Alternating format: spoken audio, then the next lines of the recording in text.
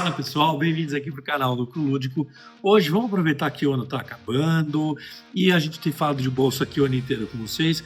Vamos falar um pouco do melhor setor da bolsa esse ano e o que a gente espera para ele para o ano que vem. Você sabe qual é?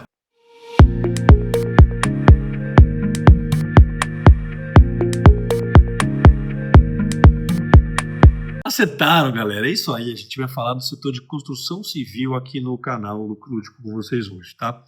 Qual a ideia aqui do vídeo?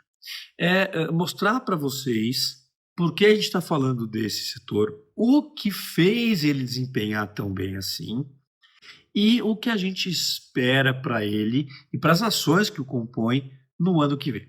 Então vamos mostrar bem pouquinho de como as ações foram esse ano e o que a gente espera para elas no ano que vem. Tá legal? Então vamos começar. Vamos primeiro pensar no que fez o setor andar tanto. Vamos começar trazendo uma matéria da Forbes aqui do dia 1º de dezembro, falando sobre esse setor imobiliário. Empresas do setor imobiliário e utilities lideram ganhos em 2025, com a imobiliária avançando 81% e explicando a reprecificação, que marcou o rally da B3.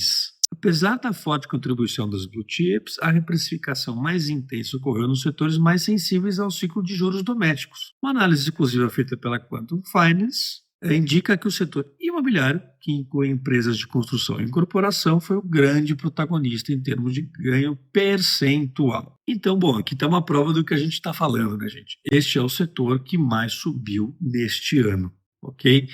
E é muito curioso porque mesmo um ano de Selic muito alta. Por que será que houve essa subida? Uma série de fatores aqui, na nossa opinião. Ok? Vamos começar pelo que está mais na mídia, mas que, na nossa opinião aqui, não é o mais importante, que é a Selic. A gente tem uma Selic alta, vocês aí estão cansados de saber que a Selic interfere, é a taxa básica de juros da nossa economia, então ela interfere em crédito imobiliário, financiamento imobiliário, e com ela lá em cima, as taxas vão ficando mais caras e isso vai dando uma esfriada nos créditos e financiamentos imobiliários, beleza?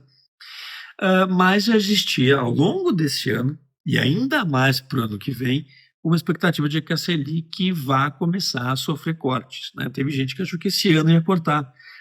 Então, eu imagino que parte desse rally de subida são as pessoas querendo fazer o que todo mundo na Bolsa faz, se antecipar, né? Pegar primeiro, chegar antes, né? Então, primeiro aqui no nosso ranking, em quinto, sexto lugar, não fiz a conta, gente, é bastante motivo. Vamos falar quinto lugar? Quinto lugar, a expectativa de queda da Selic. O segundo motivo aqui é a história do compulsório de outubro desse ano. Tá? Então, o que é compulsório? É uma taxa que os bancos... é uma taxa compulsória obrigatória, onde faz com que os bancos sejam obrigados a destinar uma parte do dinheiro que fica em conta deles no Banco Central. Eles são obrigados a depositar um dinheiro no Banco Central. Esse depósito é compulsório, ele tem uma taxa, né, uma quantidade de dinheiro, um percentual do dinheiro, então taxa do compulsório. E essa taxa diminuiu. Ou seja, o banco tem que deixar menos dinheiro dele no Banco Central e ele tem mais dinheiro para emprestar. Emprestar. E aí vem uma pegadinha. Esse dinheiro do compulsório que diminuiu, o compulsório diminuiu e o dinheiro aumentou, tem que ser destinado para crédito imobiliário. Vamos dar uma olhada aqui, olha só. O governo flexibiliza direcionamento e compulsório da poupança em novo modelo de crédito imobiliário. O governo anunciou nesta sexta-feira mudanças nas regras do crédito imobiliário, prevendo uma flexibilização gradual do direcionamento obrigatório dos depósitos nas cadernetas de poupança a essa modalidade de financiamento e também da parcela recolhida compulsoriamente ao Banco Central, visando aumentar os recursos disponíveis para o financiamento da casa própria.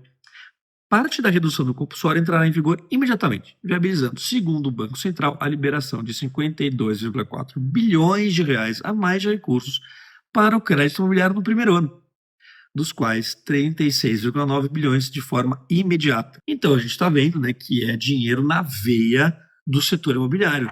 Vamos falar do próximo aqui, o sistema financeiro habitacional. Ele também sofreu uma mudança e o valor também aumentou.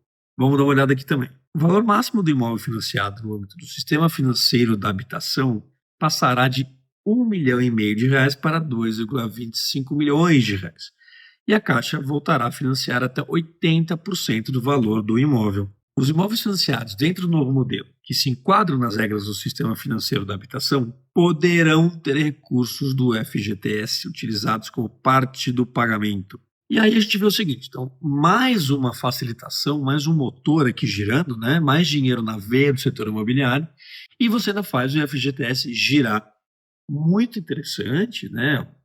É relevante e é mais uma medida aqui para fazer esse setor aquecer, para fazer ficar movimentado. É dinheiro na veia do setor imobiliário. Sem contar que você aumentou esse teto, né, esse range do valor do sistema financeiro da habitação. Então você consegue uma linha de crédito melhor, com o imóvel mais caro, mais gente podendo fazer uso dessa linha de crédito, né? Vai novamente fortalecer o setor imobiliário. Tem mais um ainda, tá?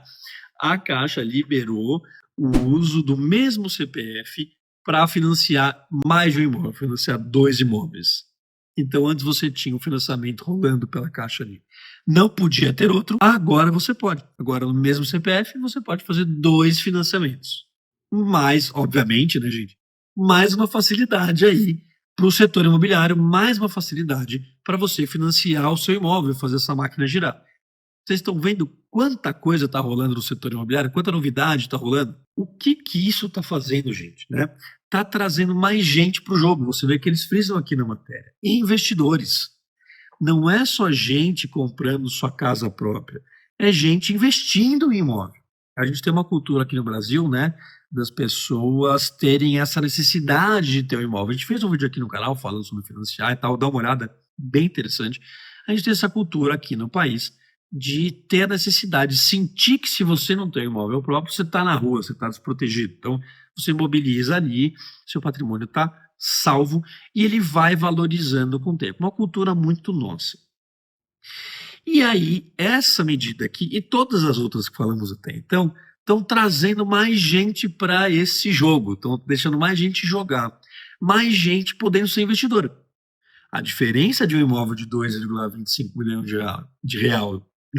de reais, gente, para um de 1,5 milhão é importante. Tem bastante gente que entra nessa categoria agora. Então, além de trazer para o jogo pessoas que querem comprar seu imóvel, como a gente acabou de falar, é uma cultura nossa, está trazendo para o jogo também o investidor. E aí isso multiplica essas compras, essas buscas por imóvel. Agora vamos ver um pouco as empresas, tá? E vamos depois entender o que a gente espera para 2026 esse setor. Aqui a gente está usando o site do Investidor 10, é um site muito bom, muito completo, tem múltiplo, tem notícia, tem avaliação, tem valuation, tem finanças, tá? É um site muito bacana, vale a pena vocês darem uma olhada. Então a gente está olhando aqui, está na tela, e a gente filtrou por ações do setor de construção civil. A gente tem Cyrela, a gente tem Cury, a gente tem Direcional, a gente tem JHSF, MRV, Zitec, Lavi, Tenda e por aí vai. E nós temos essa coluna de variação nos 12 meses, a variação do preço. Olha como o preço andou. Cyrela 86 e caiu porque acho que aqui eles já estão pegando o dividendo que eles pagaram essa semana, pagaram muito dividendo. Cury, Direcional, JHSF subiu muito. Lá embaixo a gente vai ter Elbor, a gente tem MoraDB, a gente tem Tenda, a gente tem Lavi, MRV, é muita coisa subindo. Se vocês perceberem, o conjunto das maiores altas são de empresas que oferecem produtos para uma classe média baixa. E não acho que isso é coincidência, gente. Vamos pegar tudo que a gente falou até aqui. Todas essas medidas, né, para facilitar o acesso a esse tipo de produto, esse imóvel de classe média baixa, não é surpresa, então, que as ações de empresas que oferecem esse produto também estejam andando bastante. E é isso que eu quero mostrar para vocês. Essa é a projeção que eu faço aqui para 2026. Essas medidas continuarão. E tem uma coisa muito importante, Selic. A Selic deve cair ano que vem, né? A gente estava na expectativa de talvez cair esse ano, já não dá mais, mas ela pode cair em janeiro, pode cair em março, sei lá, quando tiver a reunião do Copom. Eu ainda acho, minha opinião aqui, tá? Não tenho informação nenhuma, que no começo do ano não. Nessa próxima reunião do Copom ainda não, Ele pode dar dar um guidance, né, de que vai cortar, e na próxima ele pode cortar. Mas é provável que a Selic caia, por mais que ele venha sendo muito duro nessa questão de corte. Isso deve fazer as ações andarem mais. Até minha opinião do porquê nesses últimos dias elas deram uma caidinha, porque tinha expectativa de corte, e ele não rolou. Então, provável que essas ações de construção civil voltadas para público um pouco de uma renda menor devem andar melhor ainda, né?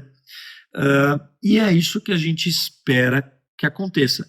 Ano que vem a gente sabe o que tem, né? É um ano importante aqui para o Brasil, um ano de muito gasto. Então, eu acho que esse é um setor que tem tudo para bombar na Bolsa no ano que vem. É um setor que a gente está muito de olho aqui. Ações como Cury, Direcional, Plano e Plano, Cyrela, apesar de ela ser um público um pouco mais alto, né? São ações que estão no nosso radar aqui. E a gente imagina que essas ações devem andar muito. Tá bom, gente? Fala aqui pra gente se vocês gostaram do vídeo, se inscreve, compartilha, comenta, fala conosco, ajuda aqui a gente a melhorar, porque é para você esse vídeo. Fala se vocês têm ações de construção, se não tem, se tiver, se vão vender, e a gente se vê no próximo vídeo.